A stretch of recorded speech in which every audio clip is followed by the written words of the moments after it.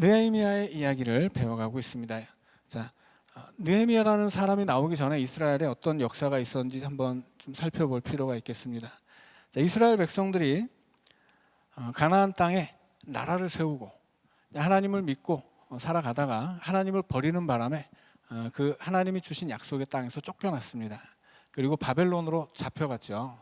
바벨론은 어디냐면 아브라함이 처음에 하나님을 부르심을 받기 전에 살고 있었던 곳이 갈대아 우르예요.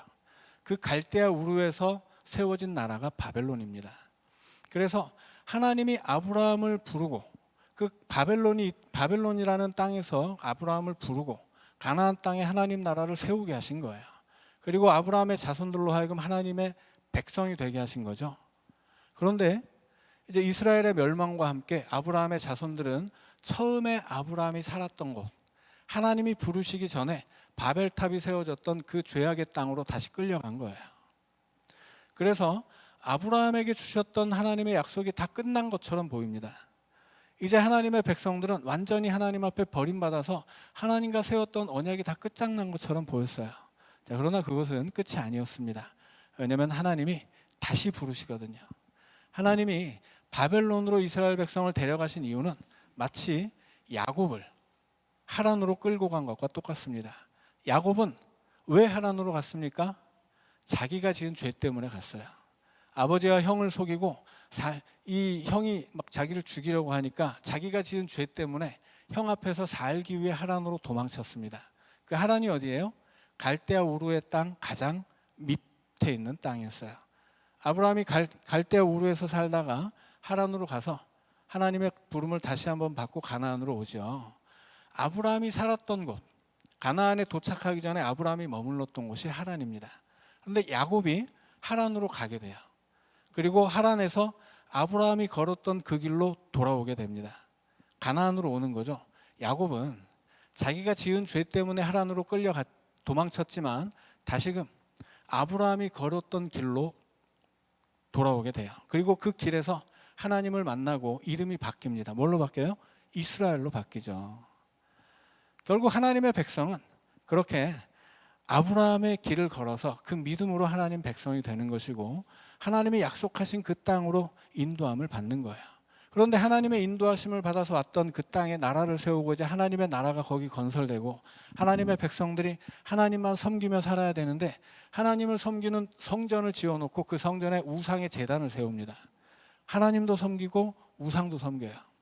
그때 하나님은 너희들이 나를 버렸다 그렇게 말씀하셨습니다. 실은 그런데 버린 것은 아니었어요. 이스라엘 백성들은 우상도 같이 섬길 뿐이지 하나님을 안 섬기는 건 아니었습니다. 그런데 하나님 입장에서는 하나님도 섬기고 우상도 섬기면 하나님을 섬기는 게 아니에요. 우상이라고 하는 건 뭐겠습니까? 오늘 우리에게는 하나님보다 더 귀하게 여기는 것, 내가 납작 엎드려서 그것에 종되어 사는 것이 바로 우상이죠. 내가 만약에 돈 앞에 그렇게 돈에 매여 산다면, 돈에 종되어 산다면, 돈을 제일 사랑하고 내 삶에 제일 귀한 것으로 여기고 산다면 그놈이 내 우상이죠. 어떤 사람에게는 일이 그래요. 자기의 꿈이 우상이 될 수도 있고 어떤 사람에게는 건강이 우상이 될 수도 있죠. 우상은 다양합니다. 다양하게 내 삶에서 하나님의 자리를 차지하는 것, 그게 우상이에요. 하나님의 자리에서 하나님을 끌어내리고 혹은 하나님의 자리에 내가 좋아하는 것도 같이 올려놓고 이렇게 되면 어떻게 되는 거예요? 그것은 하나님을 섬기는 게 아니게 됩니다. 그래서 하나님은 너희들이 나를 버렸다 말씀하시고 하나님도 버려요. 근데 하나님이 버려서 끝난 줄 알았는데 끝나지 않습니다. 하나님이 다시 데려오시거든요. 그래서 에스겔 이야기를 자주 하는데 하나님이 에스겔에게 환상을 보이시죠. 그리고 약속도 주시는데 반드시 니네 민족을 내가 가나안 땅으로 데려갈 것이다 라고 말씀하시는데 그 에스겔에게 보여준 환상 속에서 하나님의 보좌가 보여요. 하나님의 보좌가 보이는데 그 보좌에는 무수하게 많은 눈이 박혀 있습니다. 그리고 그 보좌에는 또 바퀴가 달려 있어요. 그 무수히 많은 눈은 뭘까요? 온 세상에 흩어져 버린, 가나안 땅에 살지 못하고 온 세상에 흩어져 버린 하나님의 백성들이 어디에 있는지 그 많은 눈으로 하나하나 보고 있다는 뜻이에요. 하나님의 시선은 너희를 놓치지 않는다 그런 뜻입니다. 그리고 바퀴는 뭐예요? 하나님의 백성이 가나안에만 있는 게 아니라 바벨론까지 갔잖아요. 그래서 하나님이 그 바퀴를 열심히 굴려가지고 바벨론으로 가신다는 뜻입니다. 그래서 하나님의 보좌는 어디 한 군데 있는 게 아니에요. 그 보좌에는 바퀴가 달려 있어서 하나님의 백성이 가는 곳으로 같이 가시고 또 그들을 결국 그들이 가야 할 길로 걷게 하시면서 같이 오시는 거예요. 그래서 이스라엘 백성들은 바벨론으로 잡혀가지만 그 땅에서 믿음을 회복하고 다시 가나안 땅을 회복하게 됩니다. 우리가 목포에서 큰 병이 걸리면 서울에 가서 수술받고 오는 것처럼 가나안 땅에서 고칠 수 없는 이 영적인 질병을 하나님이 바벨론이라고 하는 큰 병원으로 데려가서 고쳐가지고 데려오신 거예요. 그 시간이 70년 걸렸습니다. 그 70년 동안 이스라엘 백성들은 노예로 살면서 괴롭고 아픈 시간을 견뎠지만 그러나 그 고통이 있었기 때문에 그들은 믿음을 회복할 수 있었던 것이고 그 고통 속에서 하나님을 다시 만나서 하나님의 백성으로 세워지고 이제 그들의 삶이 약속의 땅으로 인도함을 받고 다시 그 땅에 나라를 세우도록 허락받은 거예요. 그래서 나라를 세우게 됩니다. 그때 하나님은 고레스라고 하는 왕을 사용하세요. 자, 고레스는 페르시아를 세운 키루스라고 하는 왕입니다. 이 고레스가 대단한 사람인 것이 바벨론을 무너뜨릴 때 전혀 너무 약소국의 왕이었기 때문에 바벨론이라고 하는 어마어마한 나라를 무너뜨리지 못할 줄 알았는데 바벨론 성이 무지하게 크거든요. 근데 그 성 위쪽에 있는 강을 댐을 막아가지고 댐을 만들어서 그걸 한 번에 터뜨려서 물로 쓸어버립니다. 그렇게 대단한 지혜로운 그런 왕이었습니다. 바벨론을 무너뜨리고 페르시아를 세우게 됩니다. 그 페르시아는 성경에서는 바사라고 하죠. 바사의 첫 번째 왕이 고레스인데 우리가 지난 시간에 말씀을 읽었던 것처럼 하나님이 고레스를 사용해서 이스라엘의 해방을 선포합니다. 고레스가 어느 날 갑자기 하나님이 나에게 이런 말씀을 주셨다. 이스라엘 백성들은 자기 땅으로 돌아가서 너희의 하나님 여호와를 위해 성전을 지어라. 명령을 내립니다. 그게 고레스 칙령이에요. 그 고레스 칙령이 에스라 처음에 나오고 그리고 역대기 마지막에 나와서 에스라 느헤미야 역대기로 이어지는 히브리 성경의 순서 속에서 이 구약 성경의 마지막 세 권의 책은 고레스 칙령, 하나님이 고레스를 통해 선포하신 말씀이 어떻게 성취되는가를 보여주는 이야기라고 설명을 드렸습니다. 자, 그래서 이 페르시아의 첫 번째 왕이 고레스예요. 자, 두 번째 왕이 캄비세스입니다. 캄비세스는 별다른 특징은 없고요. 자, 세 번째 왕이 다리오예요. 이제 세 번째 왕부터는 좀 중요해집니다. 네 번째 왕은 아하수에로. 다섯 번째 왕이 느헤미야에 나오는 아닥사스다입니다.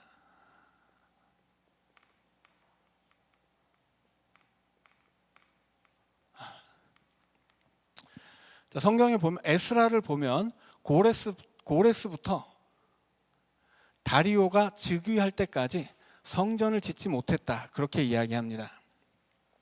자, 고레스가 이제 하나님의 말씀을 받고 칙령을 발표하죠.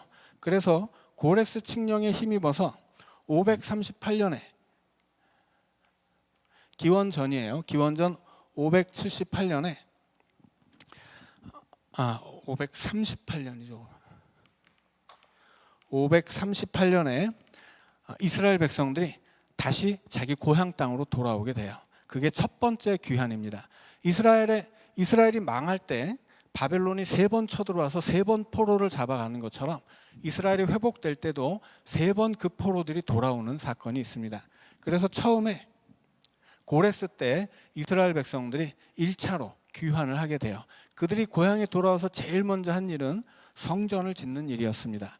그런데 성전을 지으려고 했는데 한 번에 안 됐어요.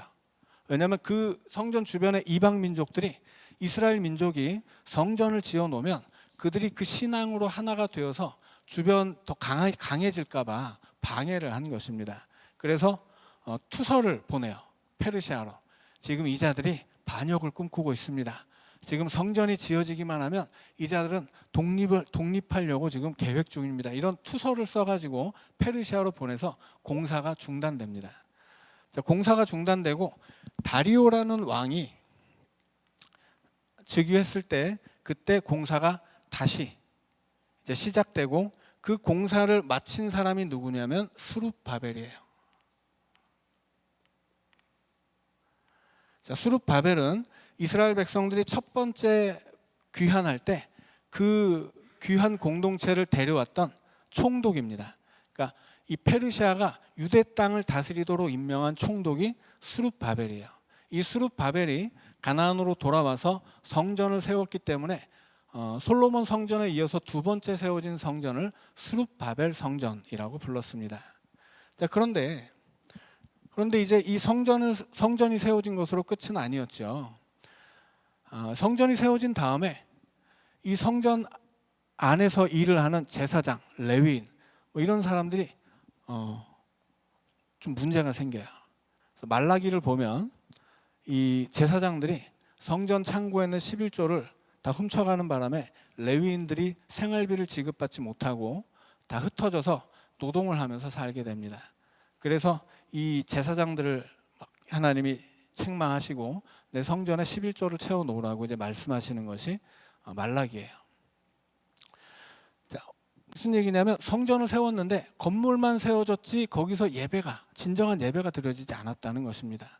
거기서 일하는 제사장들은 있는데 이 제사장들이 다 먹고 살기 위해서 그 주변에 살고 있었던 이방 여인들과 결혼을 했어요.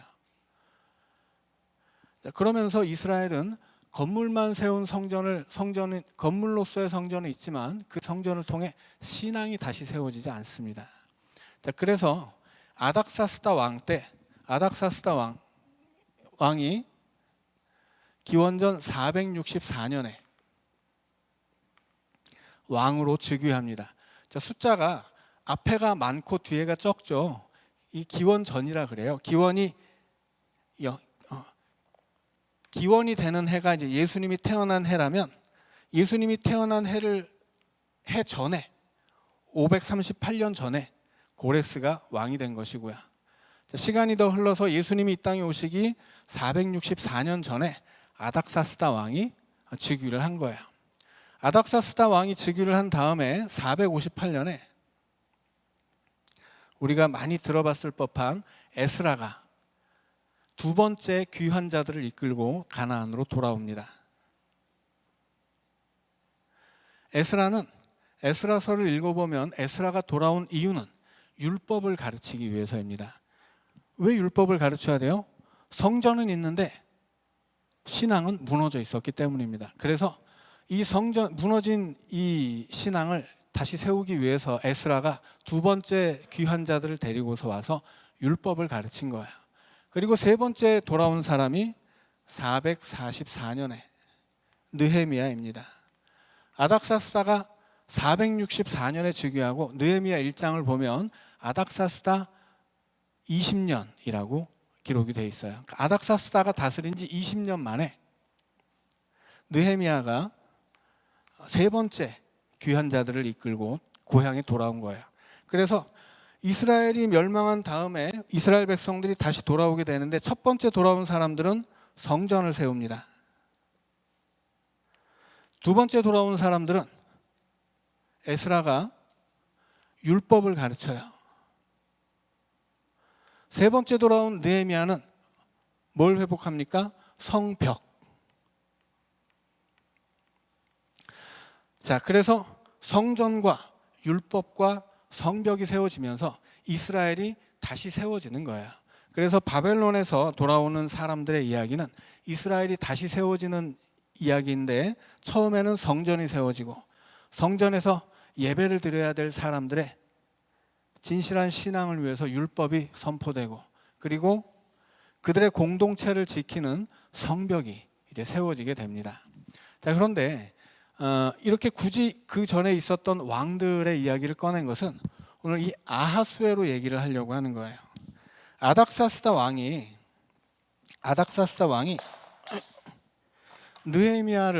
느헤미야에게 벼슬을 주죠. 엄청난 권력을 줍니다. 그게 뭐냐면 술 맡은 관원이에요. 지난주에도 말씀드렸듯이 술 맡은 관원은 왕의 가장 측근인데 우리나라로 치면 기미상궁이지만 그 역할은 기미상궁과는 달라요. 술을 맡은 사람은 왕과 함께 술을 나누기도 하면서 왕의 고민이 있으면 같이 술 한잔하면서 들어주기도 하고, 왕이 진행해야 될 어떤 국가의 사업이 있으면 그 사업의 상담자가 되어주기도 합니다. 그래서 이 술 맡은 관원은 왕이 가장 신임하는 신하일 뿐만이 아니라 그 신하는 왕에게 직접적으로 조언을 할 수도 있고 국가의 운영에 영향력을 끼칠 수 있는 사람이에요. 그래서 한마디로 대단한 사람인 거죠. 그런데 왜 자기 나라 사람도 아니고 자기 민족도 아닌데 왜 이스라엘 사람에 불과한 그 나라의 포로로 잡혀왔던 느헤미야를 그렇게 왕 다음가는 높은 자리에 앉혔느냐 이거예요. 그리고 느헤미야에게 왜 이렇게 잘해주는 거예요? 느헤미야가 간다고 하니까 뭐라고 그래? 나중에 뭐 다 배우겠지만 간다고 하니까 야, 필요한 거 있으면 다 가져가. 필요한 거 있으면 뭐 물자도 내가 다 지원해 줄게. 필요한 게 있으면 내가 법적으로 또 지원해 줄게. 필요한 거 있으면 그 주변에 이스라엘 주변에 다스리는 그 땅을 다스리는 총독들한테 내가 다 얘기해서 니네 편의를 보게 다 봐주게 할게. 이렇게 해준단 말이에요. 왜 그랬을까요? 근데 느헤미야뿐만이 아니에요. 에스라를 읽어보면, 에스라서를 보면 이 에스라도 어마어마한 호의를 받습니다. 에스라 7장 6절에 보면 에스라가 율법 학자였다 그래요. 그러니까 느헤미야는 벼슬이 있잖아요. 왕에게 공언하는 지위가 있어요. 그런데 에스라는 아무것도 없습니다. 에스라는 그냥 페르시아에 사는 유대인 중에 유대인들의 율법을 연구하는 율법 학자예요. 그러니까 페르시아 왕에게 에스라는 아무것도 아닌 존재입니다. 그럼에도 불구하고 에스라 7장 6절은 뭐라고 이야기하냐면 에스라는 율법 학자인데 왕에게 뭘 얘기하든 다 받았다. 그렇게 이야기합니다. 그러니까 이게 말이 안 되는 거예요. 아니 에스라가 율법 학자가 뭐라고? 아닌 말로 페르시아에도 학문이 있습니다. 페르시아의 유명한 학문은 점성술이에요. 우리가 예전에 이제 그 소회 연사할 때 이제 말씀드렸지만 이 점성술이라는 것은 신의 뜻을 파악하는 학문입니다. 그러니까 신의 뜻을 인간이 알 수 있는 두 가지 방법이 있어요. 하나는 계시, 하나는 점술이에요. 계시는 신이 알려주는 것이고 점술은 사람이 신의 뜻을 알아가는 것입니다. 자, 그런데 바벨론 시대부터 페르시아를 거쳐가면서 페르시아에서 가장 그 시대를 이끌었던 휩쓸었던 선진적인 학문이 점성술이에요. 우주의 운행을 읽어가면서 그 안에서 신의 뜻을 밝혀내는 학문이었습니다. 우리로 치면은 뭐 그냥 무당이 하는 젊게 지나지 않지만 그 시대는 이게 최첨단 학문이었어요. 가장 고상하고 가장 그 지적인 학문이 점성술이었습니다. 그런데 에스라는 그런 점성술 학자도 아니죠. 에스라는 유대인들만의 신을 섬기고 유대인들의 신을 섬기는 율법을 연구하는 학자예요. 그러니까 페르시아 왕하고는 아무 상관이 없어요. 그럼에도 불구하고 에스라가 원하는 것은 무조건 다 들어줬어요. 어느 정도까지였냐면 에스라가 우리 백성들 데려가겠습니다 했더니 좋아. 네가 원하는 만큼 데려가. 이미 페르시아의 백성이잖아요. 근데 페르시아의 백성된 사람들 가운데 에스라가 원한다면 뭐 누구든지 네가 다 데려가도 좋아. 허락을 합니다. 그리고 네가 고향에 갈 때 필요한 것 있으면 다 가져가. 에스라는 느헤미야보다 더한 사람이에요. 느헤미야는 왕을 섬기는 직책이 있어서 왕에게 봉사하는 역할이었는데 느헤미야는 그런 사람인데 에스라는 그마저도 없는 거예요. 그냥 에스라는 유대인들의 학문을 연구하고 그들의 율법을 연구하는 율법 학자입니다. 자, 왜 아닥사스다가 느헤미야에게 또 에스라에게 그렇게 큰 은혜를 베푸느냐? 왜 그렇게 두 사람을 좋아하고 이스라엘 민족을 위해서 아낌없이 베푸는 사람이 되었느냐? 그것은 아하수로 왕의 자기 아버지의 부인 때문이에요. 아하수로 왕의 부인이 누구예요? 에스더죠, 에스더. 아하수로 왕에게 와스디라고 하는 왕비가 있었습니다. 그런데 이 와스디가 그 시대의 여성은 인권이라는 게 없었죠. 왕이 술자리를 막 만들고서 자기 부인을 데려다가 너 여기서 뭐 워킹을 해봐, 모델을 삼아서 자기 부인을 자랑하려고 보여주려고 했어요. 그랬더니 왕비가 자존심이 상해가지고 내가 그런 하찮은 존재냐 대들다가 폐위됐습니다. 그 시대에는 그런 시대였어요. 그래서 막 신하들이 아니 왕비가 이렇게 방자한 것을 백성들이 본다면 어느 가정에서 부인들이 남편을 섬기겠습니까? 막 이런 항의를 해가지고 와스티라는 왕비가 폐위가 돼요.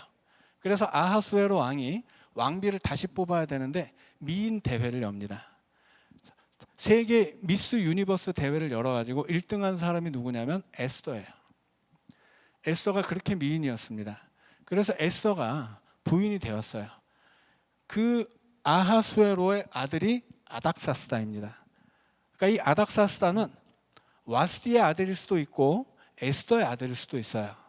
그러나 중요한 것은 누구의 아들이냐가 아니라 에스더가 아닥사스다를 키웠다는 것입니다. 와스디는 폐위당했잖아요. 쫓겨났어요.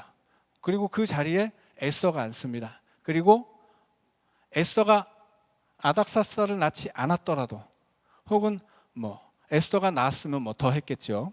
아무튼 이 아닥사스다는 에스더의 슬하에서 자랐다라고 하는 것입니다. 그래서 이 에스더에 의해서 양육을 받고 자라난 아닥사스다가 자기를 키워준 어머니 혹은 자기를 낳아준 어머니의 민족이 유대인이기 때문에 그 유대인 중에서 술관원을 뽑고 그 유대인 중에 페르시아에서는 하등 쓸모없는 사람이지만 유대인들의 율법을 가르치는 학자를 그렇게 귀하게 대우를 한 거예요. 그래서 에스라와 느헤미야를 통해서 이스라엘이 아닥사스다 왕에게 엄청난 혜택을 받고 이제 처음에 성전도 세웠지만 이제 율법을 가르치고 성벽을 세우는데 큰 도움을 받게 됩니다. 자, 그러니까 이스라엘이 온전히 세워지는데 거기에 공헌한 사람이 에스라, 느헤미야예요. 그러나 그들이 다 한 게 아니라는 이야기예요. 하나님이 에스더를 준비해서 에스더로 하여금 아닥사스다를 준비하게 하신 거예요. 결국 이스라엘 백성들이 다시 자기네 돌아온 고향에서 나라를 세우고 그 땅에 성전을 세우고 거기서 율법을 배우고 성벽을 지으면서 다시 한번 하나님의 백성으로 살아갈 수 있었던 데는 단순히 에스라와 느헤미야의 그들의 공헌만 있었던 것은 아니었다라는 것입니다. 그들의 헌신 이전에 하나님의 섭리가 있었어요. 자기 백성을 위한 하나님의 계획과 섭리가 있어서 하나님은 이후로 그것이 느헤미야가 되었건 에스라가 되었건 어떤 사람이든 누구든 사용해서 그 나라를 세우실 텐데 누구든 하나님의 계획에 사용받을 수 있도록 이미 하나님이 에스더 때부터 그 이전에 고레스 때부터 하나님은 그렇게 이스라엘 백성들의 새로운 나라를 준비해 주셨다 하는 것입니다. 우리가 잘 아는 에스더 이야기 중에 에스더 4장에 에스더는 왕궁에 있고 모르드게가 에스더한테 사람을 보내죠. 야, 너 왕궁에 있다고 너 혼자 편하게 살 거라고 생각하지 마라. 네가 만약에 우리 민족이 위기에 처했는데 너 혼자 편하게 있다고 너 혼자 잘 먹고 잘 산다고 모른 척 하잖아? 그러면 너는 망할 거야. 하지만 하나님은 유대인들은 하나님의 백성이기 때문에 반드시 너 아니어도 다른 사람 사용해서 우리를 구원하실 것이고 너는 망할 것이다. 이렇게 자기가 사랑하면서 키웠던 조카를 향해 저주를 퍼붓습니다. 네가 만약에 지금 민족을 위해 일해야 되는 이때 네가 나서지 않고 너 혼자 편하게 살겠다고 그럼 너는 그냥 끝장이야. 넌 하나님께 버려질 거야. 대신에 우리는 하나님 백성이니까 하나님은 너 아니어도 누구를 통해서라도 우리 민족을 구원하는 거야 라고 이야기를 합니다. 그래서 에스더가 나서게 되는 거죠.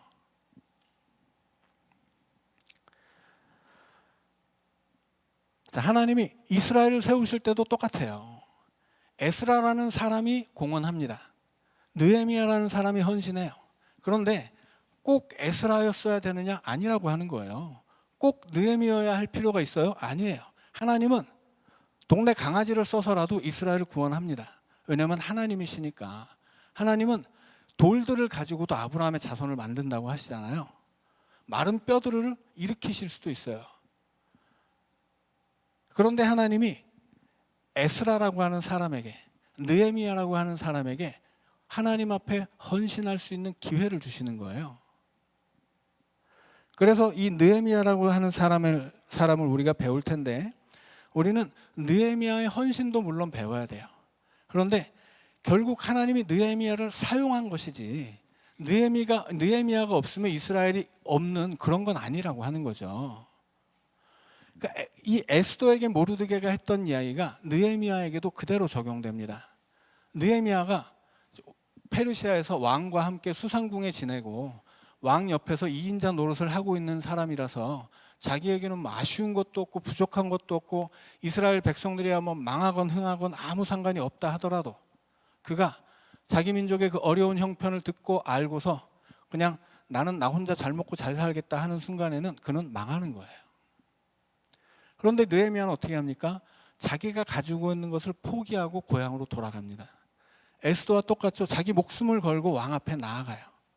그런데 왕 앞에 나아가면 이게 죽을 수도 있고 살 수도 있어요. 그런데 왕 앞에 나아가지 않으면 어떻게 됩니까? 무조건 죽는 거죠. 망하는 길이에요. 그런데 하나님이 에스더가 내가 하나님의 선한 일을 위해서 나서겠다 하는 순간에는 하나님이 그를 지켜주시기 시작하거든요. 느헤미야도 마찬가지죠. 그가 수상궁에서 그냥 페르시아의 2인자로 살았다면 우리는 그를 기억할 일이 없습니다. 그는 그냥 일평생 편안하게 살다가 지금 좀 저 지옥의 불구덩이에서 땔감이 돼 있겠죠. 비참한 결론이죠. 그러나 그는 자기가 가지고 있었던 것을 다 포기하더라도 하나님이 계획하고 섭리하신 이 역사의 무대에 올라가기를 원하는 거예요. 그래서 하나님이 나를 사용하시도록 이 무대를 준비해 주셨으니까, 내가 공헌할 수 있는, 내가 헌신할 수 있는 자리를 만들어 주셨으니까 느헤미야는 그 자리에 섭니다. 자기가 가지고 있는 기득권을 다 포기해요. 그리고 이스라엘에 가서도, 가나안 땅에 돌아가서도 총독으로서 받는 월급들이 있었어요. 이것도 다 포기하죠. 왜냐하면 나라가 너무 어렵기 때문이에요. 이 느헤미야라고 하는 사람이 이스라엘 백성들이 지금 경제적인 문제는 둘째고 신앙적으로 무너져 있었고 정신적으로 무너져 있었습니다. 그들은 이제 하나님을 섬기려고도 안 하고 있었어요. 이방인하고 통혼하면 안 되는데 그게 잘못인 줄도 모르고 있습니다. 그럴 때 느헤미야가 그 백성들 앞에서 하나님 백성이 어때야 하는지를 보여주기 위해서 모범을 보여주는 거예요. 그 모범을 지키기 위해서 그는 페르시아에서 자기 벼슬을 버린 것이고 그가 누릴 수 있었던 것을 다 포기한 것이고 가나안 땅에 총독으로 왔지만 총독으로서 누릴 수 있었던 권리와 권한까지도 다 포기해요. 그럼으로써 이 느헤미야를 통해서 다시 이스라엘이 세워지는데, 그것은 느헤미야의 헌신이지만 결국 하나님이 느헤미야를 사용하신 것이지 느헤미야 아니라고 이스라엘이 무너질 일은 없었다 하는 것입니다. 오늘 우리도 마찬가지인 거죠. 오늘 우리도 하나님이 우리에게 주신 사명이 있어요. 그것은 우리의 가정일 수도 있고 아주 작게는 내 인생부터 시작하죠. 우리는 내 인생을 좀 아름답게 세워가야 돼요. 신앙으로. 내게 주신 가정을 정말 소중히 여기고 사랑하면서 믿음 위에 세워가야 합니다. 내게 주신 교회를 정말 이 악한 세상 속에서 지켜가고 세워가야 돼요. 이 나라와 민족도 마찬가지죠. 어떤 사람은 크게 헌신할 수 있고 크게 공헌할 수 있어요. 근데 우리는 뭐 느헤미야처럼 대단한 사람은 아니기 때문에 아주 뭐 이렇게 우리가 헌신한다든지 뭐 어떤 것을 공헌하고 싶어도 아주 작은 것밖에는 하지 못할 수 있습니다. 그러나 중요한 것은 하는 거예요. 하는 거. 내가 공헌하는 거죠. 내가 헌신하는 것. 이것이 작은 일이든 큰 일이든 내게 주신, 내가 지켜야 할 그 선한 것들을 지키기 위해서 내가 나서는 것입니다. 지난주에도 우리 교단 이야기를 했죠. 우리 교단이 지난 10년 새 9만 명의 교인이 없어졌어요. 이것은 뭐 제 얘기가 아니라 지난달에 총회에서 나온 회보에 실린 이야기입니다. 우리 교단이 현재 우리 교단의 상태를 파악했는데, 각 교회에서 올라오는 보고서들을 종합해 봤더니 10년 전부터 한 해에 9천 명씩 없어졌어요. 작년에 제가 충격적인 얘기를 들었던 것은 광주에 있는 우리 교단의 큰 교회들이 다 무너졌어요.